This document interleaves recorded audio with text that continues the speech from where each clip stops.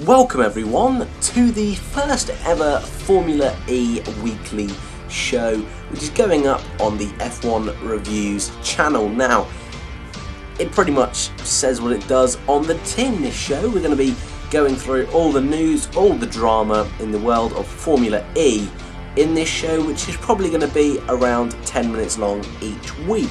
So, there was no race this week at all. The next race is Marrakesh, which will be next Saturday on the 13th of January. However, we have two fairly big stories to cover in news in Formula E this week, so we might as well crack on with business. So, the first big story this week is there's already been a driver switch for the season. We're only 2 races in, and, well, Jani, who drove for Dragon in the first 2 races in Hong Kong, failed to score at both races, has already been replaced by Dragon. Now, D'Ambrosio also didn't score any points, but as we know, he is a race winner in Formula E, so he cannot be kicked out of the team, so Jani bared the brunt of this punishment. The only team in Formula E after 2 races to not have scored a point.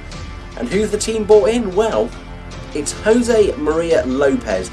Raced for DS Virgin last season, has 2 podiums in Formula E in his career, and I think he's a solid replacement. Obviously, Lopez was replaced by Alex Lynn, who is at DS Virgin for this season, alongside Sam Bird, and that'll be hopefully for the remainder of the season.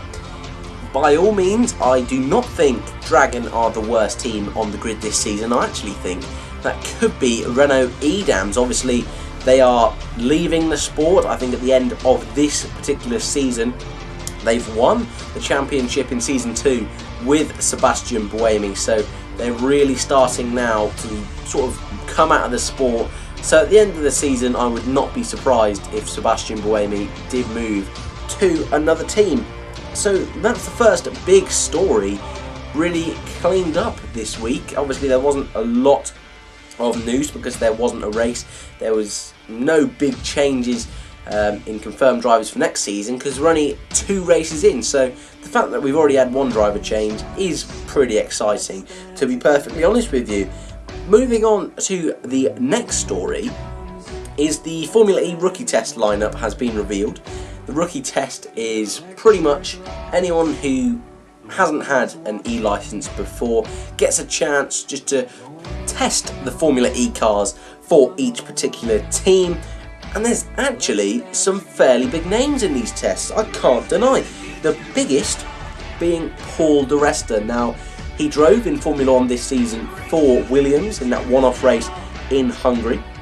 He's been in many seasons of Formula 1 and is a fairly competent driver. He will be testing for Jaguar, my favourite team in Formula E. Will they be going for the title this season? They very well could be. They could have potentially won the first 2 rounds if a bit of luck had gone their way, but it didn't quite happen. But they did get their first podium of the season, courtesy of Mitch Evans in the previous race, in race 2 of Hong Kong. They've also got Pedro Fittipaldi testing for them. Obviously, Emerson Fittipaldi, the 2-time Formula 1 world champion from Brazil. Pietro, or Pedro, I can't really say Pietro, so we'll go with Pedro just to save my embarrassment. He's the grandson of Emerson Fittipaldi, so he's also testing for Jaguar. So Jaguar have got a really solid testing lineup there, and really could potentially replace either driver for next season. Nelson Piquet, I'm not his biggest fan, and we've seen some of the team radio be released from the first 2 Grand Prix over on the Formula E channel, and really, he just didn't seem to fit in with Jaguar too well, and I wouldn't be surprised if they just got rid of him, to be perfectly honest with you. And I think di Resta is a more than capable driver, was in contention for that Williams seat in F1, and that's still not even been announced. So obviously we pretty much know it's Sorokin, but he still's in with a shout with that, so to be able to bring him over to Formula E is amazing for Formula E, really. The next driver, which hopefully a few of you will know, is Antonio Giovinazzi. Came second in F2, or the last season of GP2 behind Pierre Gasly, who's been in Formula E before and is now a Formula 1 driver. But Giovinazzi drove the first 2 F1 races for Sauber at the beginning of the season in Formula 1 last year. I was very impressed with him. Yes, in China, crashed twice in the same place, but his pace was very impressive. And considering Australia, he'd literally been called up the Saturday morning to the race C, doing barely any testing. Very, very impressive from the young Italian. He'll be testing for DS Virgin, who again, I think Sam Bird is my favourite to win this year's Formula E Season 4. And they've also got Joel Eriksson, the Formula 3 driver. Looks really, really promising, this Joel Eriksson. I don't think he's any relation to Marcus Ericsson, but I might be wrong. And he's also going to be lining up for DS Virgin for testing. So Jaguar and DS Virgin, got some real big names there. And the 5th name I recognised, a lot of them I didn't recognise. I know we had the Japanese F3 World Champion testing, and there's all sorts of drivers, but the 5th one I did recognise was Alexander Albon. Obviously a big title contender in F3 against Charles Leclerc when they were both in F3 together.